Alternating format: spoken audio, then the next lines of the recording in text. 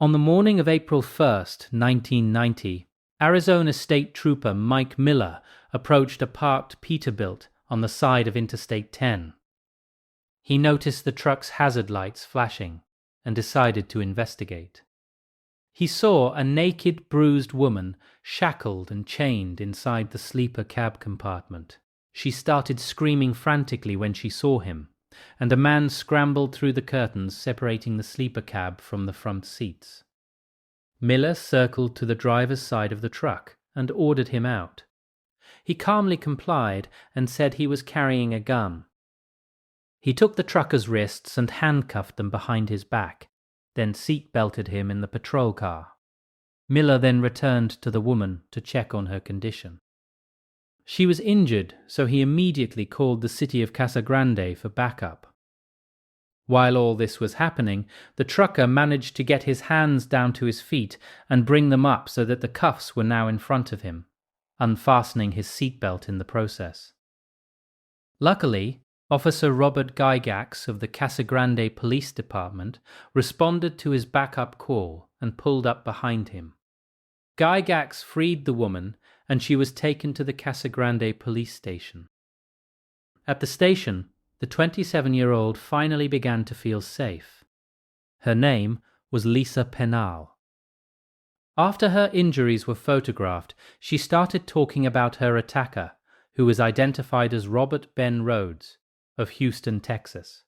But to understand how this 44-year-old, apparently normal guy decided to build a rolling dungeon and become the truck stop killer, we have to go back to November 22nd, 1945. Robert Ben Rhoades was born in Council Bluffs, Iowa, located on the east bank of the Missouri River. He was the second of 4 children and was raised initially by his mother, while his father served in the military overseas in West Germany. His father was later discharged and worked as a firefighter. Rhoades had very few problems in school. He played football, wrestled, and participated in the boys' glee club, choir, and the French club. In 1964, his father was arrested for performing lascivious acts on a 12-year-old girl and subsequently committed self-checkout. That same year, Rhoades enlisted in the Marine Corps after graduating from high school, from which he was later dishonorably discharged following a robbery arrest. He married in the late 1960s after leaving the Marines, had a son, and divorced in 1972. His second marriage was also a bust, not really what he was looking for. Third time's a charm, and he finally found her. Debbie met Robert at a bar called Chip Kickers in Houston in the 1980s, where he was posing as an airline pilot, and after years of dating, they got married on February 14th, 1990, Valentine's Day. She was married to him for about a year and a half before she left. According to Rhoades' statement, that marriage was his first foray into what he considered merely kinky sex. Debbie told agents she thought it was far more than kinky. His favorite book was Games People Play. He talked about it frequently, applied its ideas, and in a letter to his wife on the subject of psychological games, he wrote, "I always told you there were 3 things you could do: play, pass, or run." She recalled a chilling moment at a truck stop when Rhoades pointed toward a young woman traveling with a baby and whispered to her, "You see that, Debbie? She's one of the invisible people." She says she felt awful about going along with the physically painful perversions, but as her self-esteem plummeted, she just acquiesced. She wondered, as did the federal agents, how many others died at Rhoades' hands. "He killed a 14-year-old. I have a 14-year-old daughter myself," she said. In 1989, Patricia Candace Walsh and her husband Douglas Scott Ziskowski, both originally from Seattle, left the city to hitchhike to a religious convention in Georgia when Rhoades allegedly picked them up in Texas. He immediately killed Ziskowski and dumped his body. His remains were discovered in January 1990 in Ozona, Texas, near Interstate 10, and he was identified in 1992. Utah officials say they believe that for the next week or more, Rhoades held Walsh captive, tortured her, raped her numerous times, then shot her 4 times in the head and neck with a .22 caliber rifle and dumped her body. Even after the body was found, Walsh went unidentified for 13 years while her remains were kept in the basement of the Millard County Sheriff's Office. But by a set of chance circumstances, Millard County Sheriff's detectives were finally able to identify her in 2003. Her brother Adam had been searching for her between Georgia and Seattle for years, and he visited Millard County Sheriff's officials the day after her identification was confirmed. After identifying Walsh, the next step in the investigation proceeded much more quickly. Police found enough evidence to link Rhoades with the crime. By then, Rhoades was serving a life sentence in Illinois for murder. A month after Walsh's death, in February 1990, Rhoades picked up 14-year-old Regina Walters and her boyfriend Ricky Lee Jones, 2 runaways from Texas. Jones and his siblings were removed from their home by Child Protective Services. After they were picked up, Jones was shot in the head. His body was left in a ditch off Highway 59 in Lamar County, where it remained unidentified until DNA testing finally confirmed his identity in 2008. Rhoades kept Regina captive for at least 2 weeks. She was seen in Chicago outside his truck, moving freely in a public place. He shaved her head and pubic hair, pierced her with fishing hooks, dressed her up in a black dress and heels, and photographed her in moments of terror, then killed her with a garrote made of baling wire. He left her 100-pound body to decompose in a barn in Illinois off Interstate 70. On September 29, 1990, her body was found in the loft of that abandoned barn by a farmer who decided to take one last look through the decaying wooden structure before having it burned. In an especially cruel twist, Regina Walters' father had received anonymous phone calls, both at work and at his unlisted home number, a month after her disappearance. The caller told Walters, "I made some changes. I cut her hair."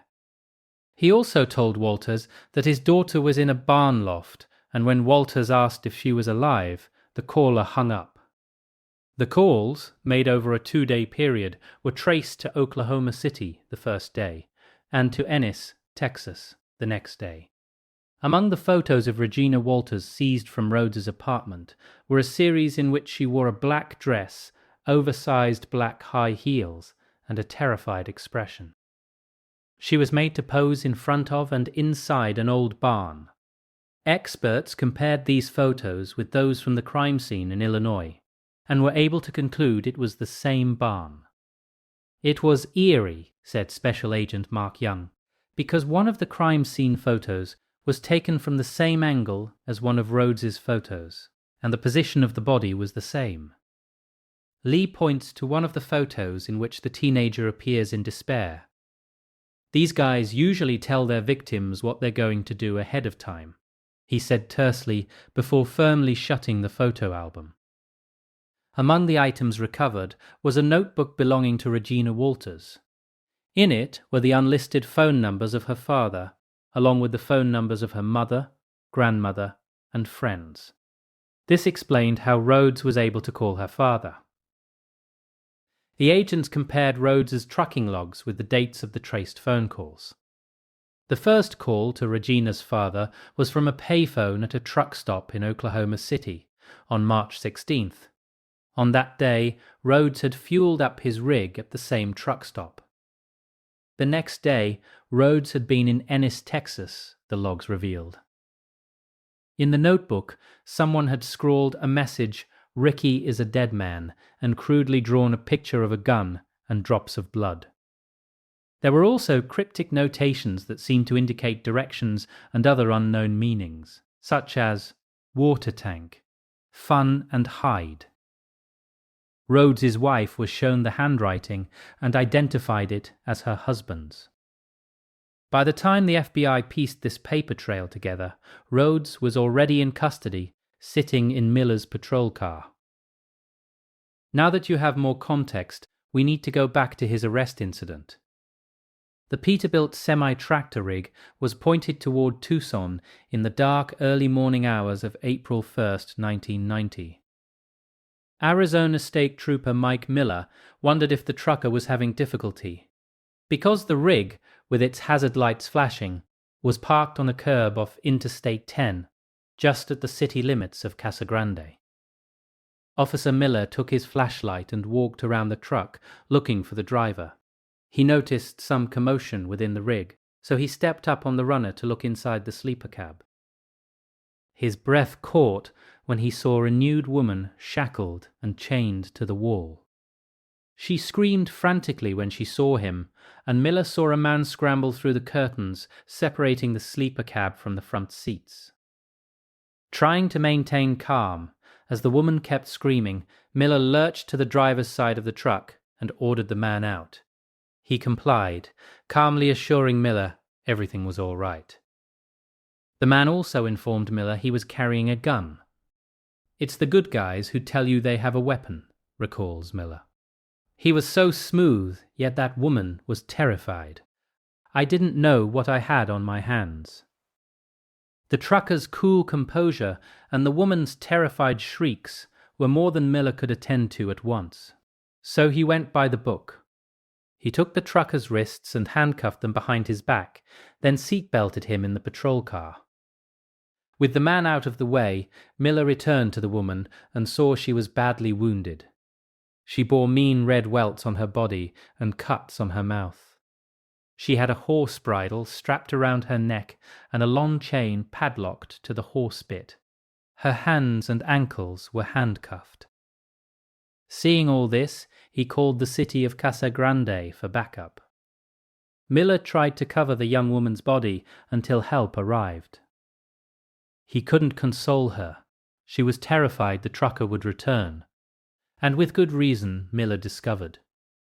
The trucker managed, Houdini-like, to get his hands down to his feet and bring them up so that the cuffs were now in front of him. In that amount of time, he'd also unfastened the seatbelt. Unnerved, Miller realized the trucker could have killed him, climbed back into his rig, and disappeared into the sparse but anonymous traffic on I-10. Miller was relieved when Officer Robert Gygax of the Casa Grande Police Department pulled up behind him. Gygax freed the woman with the handcuff keys Miller managed to find inside the trucker's pocket. She was taken to the Casa Grande police station. At the station, 27-year-old Lisa Penal finally began to feel safe. When she was rescued, she had been wearing fuzzy lion slippers, talking about secret prisons, and claiming she was on a mission to see the president. In a videotaped interview, Penal told Detective Rick Barnhart that Rhoades picked her up at Rip Griffin's truck stop, just north of Phoenix. She often hitched rides in order to visit friends, she said, adding Rhoades had been very polite at the truck stop. She was asleep when he stopped the truck, shoved her into the sleeper cab, and shackled her. He took his torture items from a briefcase, she said. She was tortured on and off since he picked her up earlier that day. Long red welts from a vicious whipping covered her chest and back. Rhoades told her his name was Whips and Chains, and she took this to mean this was his CB radio nickname, although his actual CB radio handle was the Texas Cowboy, or Shadow. He also told her he'd been doing this for 15 years. It was about 3 a.m. as Barnhart prepared to question Rhoades. The detective looked over some of the evidence, especially the well-stocked briefcase. He took good care of the contents of that briefcase, recalls Barnhart. There were alligator clips, leashes, handcuffs, whips, pins, and rubber wieners. It was just very well cared for, and everything was placed neatly. I knew I had a serial rapist because of all that, and I suspected he might also have killed someone. Rhoades entered the interview room while the video camera was rolling. He stretched out comfortably on the couch and yawned. He spent a long time explaining how the woman they'd found in his truck was not playing with a full deck, that he was tired, and never had the time or inclination to screw around while on the road. Rhoades continued to explain the term lot lizard, or women who loiter around truck stops. That's what that woman is, he claimed. Barnhart sensed Rhoades was trying to act chummy with him when he chortled that you just don't get involved with the women at truck stops unless you want your wiener to fall off. But Barnhart wanted more information on the woman's injuries. He conducted the interview carefully, frequently asking if Rhoades wanted to stop. Rhoades kept talking, like an experienced damage control expert, all around the subject. Finally, he made a crease in the couch with his hand. I took you up to the point where I stopped the truck. Now, I'm not going to cross that line. I stopped the truck. After Barnhart left the room, Rhoades took a deep drag on his cigarette and winced as he patted the bite wound on his left flank. Barnhart was disturbed by the interview. Rhoades acted so normal and had a knack for persuasion. He acted as if this nasty business of the shackled woman in his truck was her own doing, that it was his bad luck to offer the crazy woman a ride. If there wasn't so much physical evidence, including a live, screaming victim, it would have been easy to imagine Rhoades talking himself out of lots of questionable situations. For many years, Special Agent Bob Lee still used that recorded interview when training police detectives in interrogation techniques. Most recruits who watched it initially sided with the killer. Between the victim and the calm, rational trucker, it was Rhoades they tended to believe. As Rhoades was being booked for aggravated assault, sexual assault, and unlawful imprisonment, Barnhart sent a teletype nationwide and called the Houston Police Department. It wasn't long before Detective Bomar called Barnhart to relate the details of a similar kidnapping in Houston, a kidnapping in which Rhoades was involved. In that case, Rhoades kept the 18-year-old woman, Shanna Holtz, about 2 weeks, then clipped her hair short and shaved her pubic hair. She, too, had been systematically tortured, and Rhoades talked to her about killing her. She escaped when Rhoades forgot to close the handcuff that kept her chained inside the truck. The Houston victim described the truck and its driver to the police, but when 2 officers brought her face to face with the detained trucker, the victim looked at the ground and said he was not her attacker. The officers couldn't detain Rhoades any longer. Only later did the woman tell them the man they'd stopped was indeed her attacker, but she was too afraid. After weeks of torture at his hands, she said, in her mind there weren't enough officers around to protect her. That case never went anywhere because the victim seemed too iffy. The growing file on Rhoades went to the Houston FBI office, where it was assigned to Special Agent Bob Lee. When Lee reviewed the 2 kidnapped victims' accounts of the methodical torture they endured, and viewed the contents of Rhoades' briefcase, it was the most refined rape kit agents had ever seen. He saw a classic profile of a sexual sadist. Sexual sadists start off with a limited rape kit, as we call it, explained Lee. Because his was so refined, we knew he'd been doing this for a long time. Lee immediately wanted to search Rhoades' Houston apartment, since sexual sadists often keep photos, journals, and other items to help them relive their exploits. Rhoades' apartment manager entered his apartment and told Lee she saw handcuffs, whips, bondage magazines, and women's clothing strewn over the floor. The manager also told Lee that a woman claiming to be Rhoades' wife recently visited, saying that Rhoades had just called her and instructed her to clear everything out of the apartment. Lee smiled. Rhoades obviously had some secrets in there. On April 6, agents swarmed into Rhoades' apartment. They removed all the bondage material, women's clothing, makeup, and a bunch of white towels, one of which was saturated with blood. Rhoades liked his white towels. Both kidnapped victims related that he placed a white towel beneath them before starting his torture. On one wall, there was a large poster, a blow-up of a Santana album cover that looks like a lion, but on closer examination reveals many faces of contorted agony. Agents also recovered undeveloped rolls of film. One specific roll contained a disturbing sequence. It featured the final photos of Regina Walters, but right on the end of the roll were images of one other woman. Her name was Pamela Lee Milliken, and she was from Saskatchewan. Pamela claimed she survived the encounter, she obviously did, and finally identified herself in 2015, but her statements could not be officially verified. Agents also seized photographs, many of a young teenager with very short hair in various stages of undress, always shackled and handcuffed. She must have been with him for some time, Lee realized, because some of the photos revealed old bruises near her breasts and shaved pubic hair in various stages of regrowth. In some photos, she had a vacant stare, while in others, she looked tearful and scared. He couldn't ask for help in identifying the girl because she may have been a willing partner in the sadistic sexual acts. In that event, broadcasting her picture would violate her rights. It was a legal obstacle that Lee couldn't circumvent, but in his gut he knew the girl was a victim, and he wanted to find her. It was nearly a year after the apartment search when Lee heard Special Agent Mark Young talking about a homicide in rural Illinois. The victim was found in a barn loft when a farmer decided to take one last look through the decaying wooden structure before having it burned. To the farmer's horror, he discovered a desiccated body. Young had the case because it had been confirmed that the 14-year-old victim, identified through dental records as Regina Walters of Pasadena, Texas, was last seen in February 1990 near Houston with her boyfriend, 18-year-old Ricky Lee Jones. The FBI entered the case in early 1991 because she was apparently kidnapped from the Houston area, Young explained.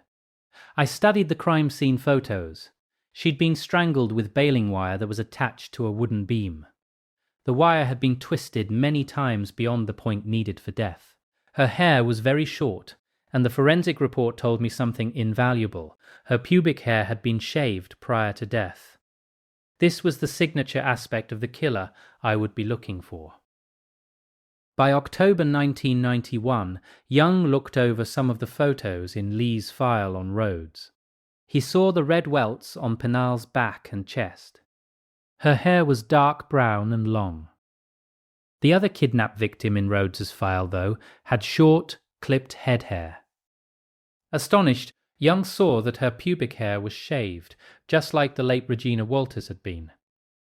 The other photos were of a young nude teenager with short hair. She had a choke chain around her neck and was shackled and handcuffed. This was the girl Lee wanted to find. Young thought she resembled the photograph he had of Regina Walters, his homicide victim, but he couldn't be sure because she had long hair in his photo. He blocked part of a photo and showed it to the girl's father, who sadly nodded it was his daughter. There were 3 birthmarks on her neck that also matched.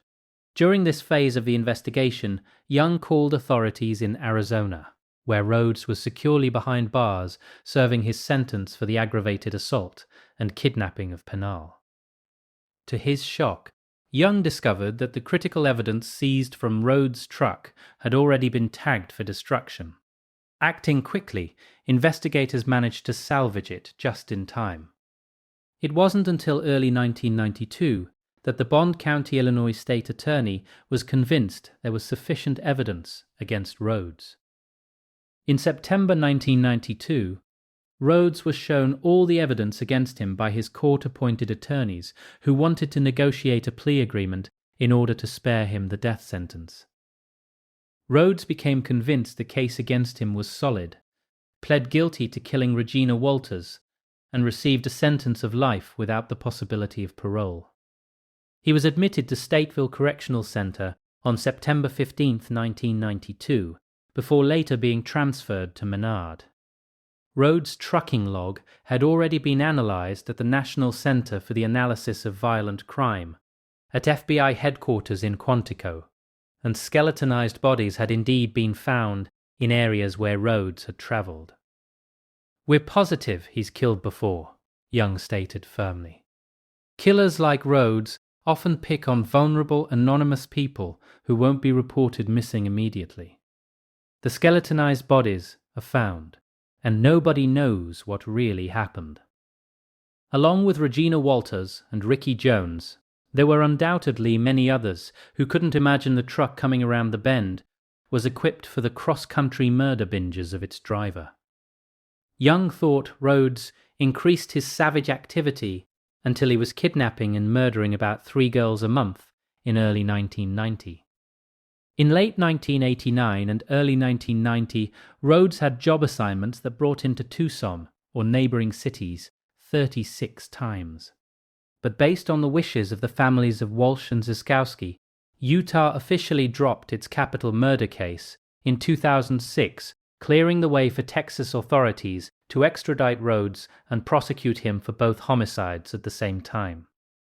While they initially intended to seek the death penalty, an extradition waiver agreement ultimately resulted in Rhoades pleading guilty in a Houston court in 2012 to face consecutive life sentences. Rhoades was returned to Illinois to serve out the remainder of his life at the maximum security Menard Correctional Center. Millard County prosecutor Brent Berkeley said, "It's in the best interest of justice and the victims' families." He did not regret the decision. "It was worth it. I think we'd do it again." This case is different from most homicides. Most of the evidence is from out of state and from different agencies. Barnhart was still struck by how normal Rhoades seemed, how smooth-talking and at ease he was even under threatening circumstances. He pointed to Rhoades on the video, taken right after Miller had arrested him in April 1990. "Does he look evil to you?" "Not at all. That's how he got away with it." Barnhart studied Rhoades on the video, the gestures, the easy laughter, and shook his head. Thank God for Mike Miller. Even from behind bars, Rhoades maintained his cold, defiant demeanor. When GQ magazine reached out to him regarding their investigation into his crimes, he sent back a letter scrawled with the words, "It wasn't me." He then attempted to monetize his horrific legacy, demanding a fee of $500 to be interviewed, offering his services as an expert on the subject. The FBI launched the Highway Serial Killings Initiative in 2004 to raise awareness of interstate serial killers.